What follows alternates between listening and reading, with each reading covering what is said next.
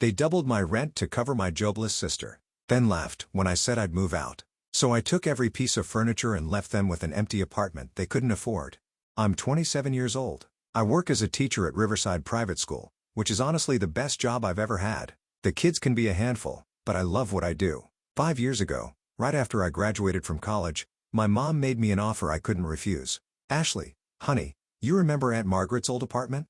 Mom had said, sitting across from me at the kitchen table. "The one she left me in her will." Of course, I remember it. I'd spent countless afternoons there as a kid listening to Aunt Margaret's stories and eating her homemade cookies. The apartment was in a great neighborhood, just 2 blocks from the school where I'd just gotten hired. "What about it?" I asked. "Well, instead of renting it to strangers, why don't you live there? I'll charge you 20% below market rate. It's better to keep it in the family." I didn't need to think twice. The apartment was perfect: 2 bedrooms, a decent kitchen, and close to work. I could walk to school every morning. So I moved in and started paying Mom $800 a month, which was a steal compared to the $1,000 other places were asking for. Over the years, I put everything I had into that place. I saved up and did a complete renovation: new hardwood floors, fresh paint, updated bathroom fixtures. I bought quality furniture piece by piece: a beautiful sectional sofa, a dining set, a king-size bed with a memory foam mattress, even a 65-inch smart TV. Mom would come by every few months to check on the place. "You've done such a wonderful job with this apartment," she'd always say, running her hand along the granite countertops I'd had installed. Aunt Margaret would be so proud. The only thing that sometimes bugged me was my younger sister, Emma. She's 23 and still lives at home with Mom and Dad. According to Mom, Emma is finding herself, which basically means she sleeps until noon, hangs out with friends, and doesn't work. Don't get me wrong, I love Emma. She's my sister, and I've always helped her out when she needed it. When she maxed out her credit cards buying clothes, I paid them off. When she wanted money for a girl's trip to Miami, I gave it to her. Last year, she begged me for the latest iPhone. "Ashley, please, all my friends have the iPhone 14 Pro, and I'm still stuck with this ancient iPhone 11. I look like such a loser," she whined. I bought her the phone. It cost me $1,200, but seeing her happy face was worth it. But lately, our monthly family dinners have gotten weird. Emma keeps complaining about living at home. "I'm so tired of Mom and Dad treating me like a child," she said last month, stabbing her mashed potatoes with her fork. "I'm 23 years old. I need my independence." "Well, then get a job and move out," I said. Not trying to be mean, just practical. "It's not that simple, Ashley. You don't understand." Dad looked uncomfortable, and Mom just changed the subject to my job at school. The conversation that really stuck with me happened about 2 months ago. Emma was going on and on about needing her own space. "I can't live with Mom and Dad forever," she said. "I'm an adult now." "Okay. So, what's your plan?" I asked. "How are you going to pay rent without a job?" Emma shrugged. "I'm considering my options." "What options?" "I don't know yet, but I'll figure something out." I didn't push it. Emma's always been the type to figure things out at the last minute. And honestly, it wasn't my problem to solve. I had my own life to worry about. Lesson plans to prepare, papers to grade, my own bills to pay. After that dinner, I kind of forgot about the whole conversation. Emma's complaints about living at home weren't exactly new. She'd been saying the same things on and off for the past year. I figured she'd either get motivated to find work or she'd keep living the comfortable life Mom and Dad provided for her. I was happy with my routine. Wake up at 6:30, coffee and toast, walk to school by 7:45, teach my classes, grade papers, come home to my beautiful apartment. On weekends, I'd meal prep, binge-watch Netflix on my big screen, or hang out with friends. It was a good life. The apartment really felt like home now. Every piece of furniture had a story. The coffee table I'd found at a estate sale and restored myself. The bookshelf where I displayed my college textbooks and novels. The dining table where I'd hosted countless dinner parties for my teacher friends. Mom seemed proud of what I'd accomplished. Whenever she visited, she'd take photos of the rooms and show them to her friends. "Look what Ashley did with Aunt Margaret's place," she'd say. "Isn't it gorgeous?" It made me feel good that she appreciated all the work I'd put in. The money I'd spent on improvements easily totaled $15,000 over the years, but it was worth it. This was my home, my sanctuary after long days dealing with 7th graders and their drama. It was a Saturday morning and I was having the most peaceful sleep I'd had all week. I always sleep in until at least 9 a.m. on Saturdays, then make myself a big breakfast and plan out my lazy day. But at exactly 6 a.m., I heard the sound that would change everything. The front door was opening. My eyes snapped open immediately. My heart started pounding so hard. I could hear it in my ears. Someone was in my apartment. I grabbed my phone from the nightstand. my hands shaking as I tried to think of what to do. Should I call 911? Was someone breaking in? I forced myself to be quiet and crept toward my bedroom door. I could hear footsteps in the hallway and the sound of something heavy being dragged across the floor. Oh God, what if it was a burglar? What if they had weapons? I slowly opened my door just a crack and peeked out into the hallway. There, standing in my entryway with two large suitcases, was Emma. What the hell? I shouted, my fear instantly turning into anger. I marched out of my bedroom in my pajamas. Emma, what are you doing? You scared the crap out of me. She looked at me with this casual smile, like showing up at 6 a.m. with luggage was the most normal thing in the world. Oh, hey, Ashley, sorry, did I wake you up? Did you wake me up? It's 6 in the morning on a Saturday. Why didn't you knock? Why didn't you call first? And why do you have suitcases? Emma shrugged and started pulling her suitcases further into the apartment. I figured I'd just come in. No big deal. No big deal. How did you even get in here? Mom gave me a key. I stared at her. Mom gave you a key to my apartment? Well, it's not really your apartment, is it? Emma said, that same casual tone in her voice. It's Mom's apartment. She owns it. A cold feeling started spreading through my chest. What are you talking about, Emma? She left her suitcases in the living room and started walking toward my bedroom. My beautiful bedroom with a king-size bed and the custom curtains I picked out. This is the master bedroom, right? It's got the bigger closet and the better view. I'm taking this room. You're what? Emma opened my closet door and started looking through my clothes like she owned the place. You can move into the guest room. It's smaller, but it'll be fine for you. I felt like I was in some kind of nightmare. This couldn't be happening. Emma, stop. Stop touching my things and explain to me what's going on right now. She turned around and smiled at me. Mom said I could move in here with you. She thinks it's time I had some independence from her and Dad, and this way we can be roommates. Won't that be fun? My head was spinning. This had to be some kind of joke or misunderstanding. There was no way Mom would just decide Emma could move into my apartment without even asking me first. I dialed Mom's number with shaking fingers. It rang 4 times before she picked up. Ashley, why are you calling so early? It's 6 in the morning. Mom, Emma is here with suitcases saying you told her she could move in with me. What's going on? There was a pause. Oh, that Emma needs to get out on her own, but she can't afford her own place yet. This is the perfect solution. Perfect solution for who? Mom, this is my home. You can't just decide someone else is going to live here without talking to me first. It's not your home, Ashley. It's my apartment. I own it. The words hit me like a slap. I've been living here for 5 years. I've put thousands of dollars into renovating this place, and I appreciate that, but it's still my property. I took a deep breath, trying to stay calm. Okay, fine. So how much is Emma going to pay for rent? And how are we splitting the utilities? Mom laughed. Actually laughed. Emma's not going to pay rent. Ashley, you are. That's insane. Mom, why would I pay for her to live here when I didn't even agree to this? Because you have a job and a steady income. Emma's still figuring things out. I couldn't believe what I was hearing.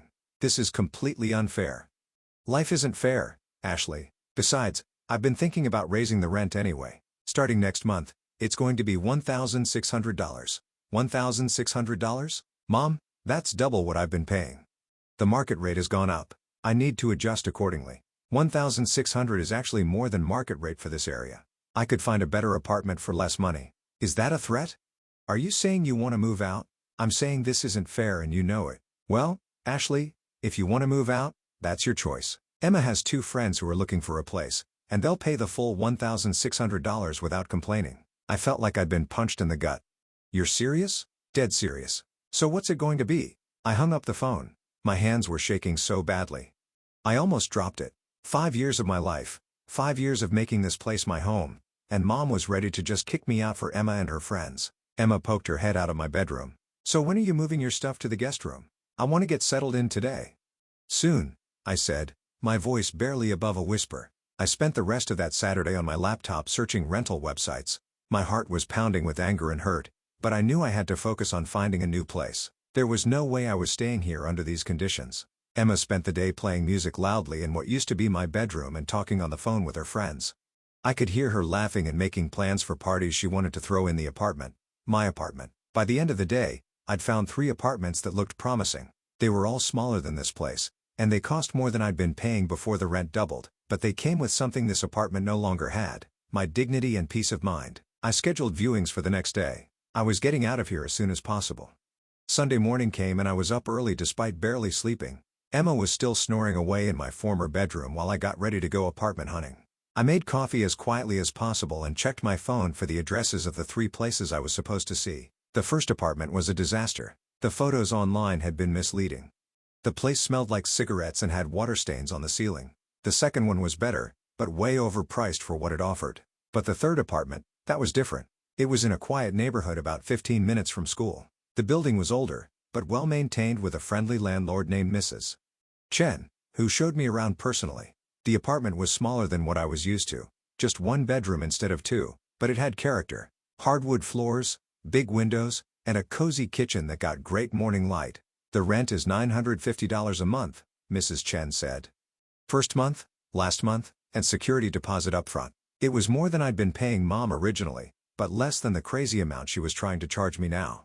And most importantly, it would be mine. No surprise roommates, no family drama. I'll take it, I said without hesitation. When can I move in? Next week if you can get me the deposit by Wednesday. We shook hands right there. I wrote her a check for the deposit and felt a huge weight lift off my shoulders. Finally, I was going to have my own space again. But as I drove home, reality started setting in. I'd put so much money into Mom's apartment over the years, the renovations, the furniture, everything. Was I really going to just walk away and leave it all for Emma and her friends? Hell no. I bought that furniture with my own money. I saved for months to afford the sectional sofa. I worked extra tutoring sessions to pay for the dining room set. Emma didn't deserve to inherit all of that just because Mom decided to play favorites. That night, I started making a plan. I called my friend Jake, who works for a moving company. Hey, are you guys working this Wednesday? I asked. I need to move my stuff out of my apartment, but it has to be done while my roommate is out. Sounds like drama. You have no idea. I also called my friends Lisa and Mark who agreed to help me pack on Wednesday morning. The plan was simple. Emma usually went out around 10 a.m. to meet her friends at the mall or wherever, and she always stayed out until late when she was with them. That would give us plenty of time to get everything out. Wednesday came and I called in sick to work. I felt a little guilty lying to my principal, but this was an emergency. I watched from my window until I saw Emma leave with her oversized purse and designer sunglasses, the ones I bought her for her birthday last year. As soon as she was out of sight, I called Jake. She's gone. Come on over. Lisa and Mark showed up first with boxes and packing tape. We worked like machines, wrapping everything carefully and labeling boxes. The sectional sofa, the dining table and chairs, my bedroom set, the coffee table, my TV, even the kitchen appliances I'd bought to replace the old ones that came with the apartment. Are you sure you want to take the microwave? Lisa asked. It seems kind of petty. I bought it, I said firmly. Emma can figure out her own kitchen situation. The only things I left behind were the old furniture that had actually belonged to Aunt Margaret, the kitchen table and chairs, and an old dresser in the guest room. Everything else was coming with me. Jake and his crew were amazing. They had everything loaded onto the truck in less than 3 hours. I did one final walkthrough of the apartment, making sure we hadn't forgotten anything important. It looked so empty without all my stuff. Kind of sad, actually, but I didn't feel sad. I felt liberated. I followed the moving truck to my new apartment where Mrs. Chen was waiting with the keys. Welcome to your new home, she said with a warm smile. The rest of the day was spent unpacking and arranging furniture. Lisa and Mark stayed to help, and we ordered pizza for dinner. By evening, my new place was starting to look like home. The sectional fit perfectly in the living room, and my bedroom set looked even better in the smaller space. This place has good energy, Mark said, sprawled out on my couch with a beer. Much better than that family drama situation. I was exhausted but happy. I'd done it. I'd escaped the mess that Mom had created and found my own place. I felt proud of myself for taking control of the situation instead of just accepting it. Around 9 p.m., my phone started ringing. Emma's name flashed on the screen. I couldn't help but smile as I imagined her walking into that empty apartment. I let it go to voicemail. She called again 5 minutes later, then again. I was actually enjoying this, picturing her confused face as she realized all the furniture was gone, the expensive furniture that she'd probably been planning to use for her Instagram photos. Finally, at 9:30, Mom's name appeared on my screen. I decided to answer this one. Ashley, what the hell did you do? Mom's voice was sharp and angry. I moved my furniture to my new apartment. You can't just take everything. Why not? I bought it all with my own money. But Emma has nothing to sleep on. There's not even a couch. That sounds like Emma's problem. Or your problem, since you're the one who decided she should live there. You're being vindictive and selfish. I'm being practical. I found an apartment. I'm moving out, just like you suggested. There was silence for a moment. Then Mom's voice came back, colder than before. Fine. You know what, Ashley? I'm glad you're gone. Emma's friends are moving in next week and they'll pay the full rent without all this drama. You've shown your true colors. My true colors? Mom, you chose Emma over me. You threw away 5 years of me being a good tenant and a good daughter because you wanted to enable Emma's lazy lifestyle.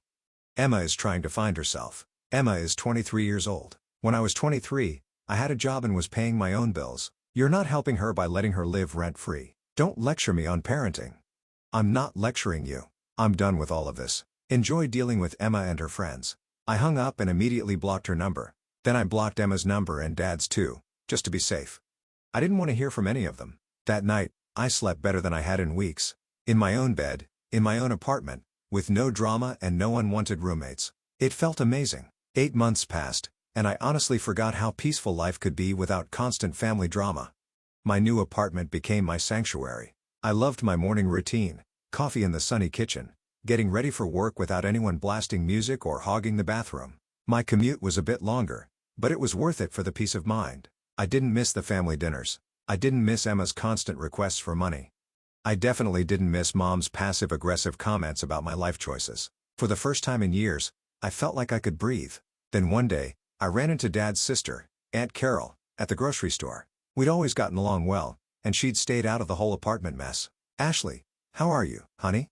she said, giving me a big hug. "I'm doing great, Aunt Carol. How about you?" She looked around nervously, then leaned in closer. "Can we talk privately for a minute?" We walked over to the coffee shop section of the store and sat down. Aunt Carol looked uncomfortable, like she was debating whether to tell me something. "What's going on?" I asked. "Well, I probably shouldn't be telling you this, but I thought you should know. Your mom's been having some problems with that apartment situation." I try to keep my expression neutral. "What kind of problems? Those friends of Emma's that moved in? They've been causing all sorts of trouble. Loud parties every weekend, music until 3 a.m., people coming and going at all hours, but that's not even the worst part." She paused, looking around again to make sure no one was listening. 2 weeks ago, they flooded Mrs. Patterson's apartment downstairs."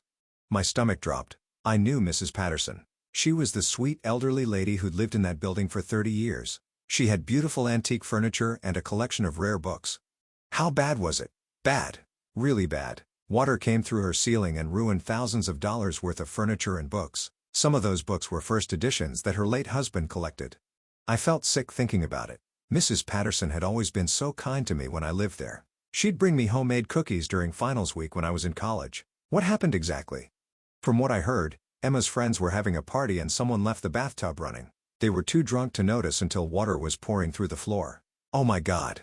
Mrs. Patterson is demanding $20,000 in damages, and she's threatening to sue if your mom doesn't pay up. She has documentation of everything that was destroyed. $20,000. I almost laughed at the irony. Mom had been so concerned about getting more rent money that she'd ended up with a bill 25 times bigger than what I used to pay her monthly. "How do you know all this?" I asked. "Mrs. Patterson called me because she knows we're related. She wanted to know if there was any way to reason with your mom without going to court. And your mom's been telling people it's not her responsibility because she wasn't the one who caused the damage. But Mrs. Patterson's lawyer says since your mom is the landlord, she's liable for what her tenants do." We talked for a few more minutes, and then Aunt Carol had to leave. But the conversation stuck with me for days. I felt bad for Mrs. Patterson, but I wasn't surprised that Emma's friends had turned out to be irresponsible. Emma had never been held accountable for anything in her life, so why would her friends be any different? A couple of days later, my phone rang with a number I didn't recognize. I almost didn't answer, but something made me pick up. "Ashley," it was Mom's voice. "Listen, I need to talk to you. We don't have anything to talk about." "Ashley, please, I need your help. We're having some financial difficulties, and I was hoping you could lend us some money." She wasn't going to tell me about Mrs. Patterson. She was hoping I didn't know. Let me guess. This wouldn't have anything to do with Emma's friends flooding the downstairs neighbor's apartment, would it? There was silence on the other end. "How did you find out about that? Does it matter? The point is, you created this mess by choosing Emma and her irresponsible friends over me. Now you want me to bail you out?" "Ashley, we don't have $20,000, that's not my problem. Please, honey, I know we made some mistakes, but we're family." "Family, Mom? You kicked me out of my home for Emma. You doubled my rent and told me I could leave if I didn't like it. You chose her over me, and now you're dealing with the consequences." "We didn't kick you out. You chose to leave." "I chose to leave because you made my life miserable. And now Emma's friends have made your life miserable. Funny how that works. You're being cruel." "I'm being honest. You enabled Emma her entire life. And now you're surprised that she and her friends are irresponsible? You made your bed, Mom. Sleep in it. So you won't help us? Not a chance. Figure it out yourself. Just like I had to. I hung up and immediately blocked that number too. Months passed, and I never found out how they resolved the situation with Mrs. Patterson. I assumed they either paid up or got sued. Either way, it wasn't my concern. Then one day, I was at the mall buying a new dress for a teacher conference when I saw her. Emma was behind the counter at one of those trendy clothing stores wearing a name tag and folding sweaters. She looked up and saw me, and for a second, our eyes met. I could see the recognition in her face, but she quickly looked away and pretended she didn't know me. She started bustling around, organizing clothes and avoiding eye contact. I walked past without saying anything. What was there to say? She finally had a job, which was more than she'd had when she moved into my apartment. Maybe getting kicked out of Mom's place when her friends couldn't pay the rent had been a wake-up call. Or maybe Mom had finally cut her off financially after the whole flooding disaster. Either way, seeing Emma actually working for a living felt like poetic justice. I left the mall feeling good about my choices. I built a new life for myself, one where I wasn't constantly being taken advantage of by my own family. I had my dignity, my independence, and my peace of mind. Could our family relationships be repaired someday? Maybe, but only if they admitted they were wrong and genuinely apologized for how they treated me. I wasn't going to pretend everything was fine just to keep the peace.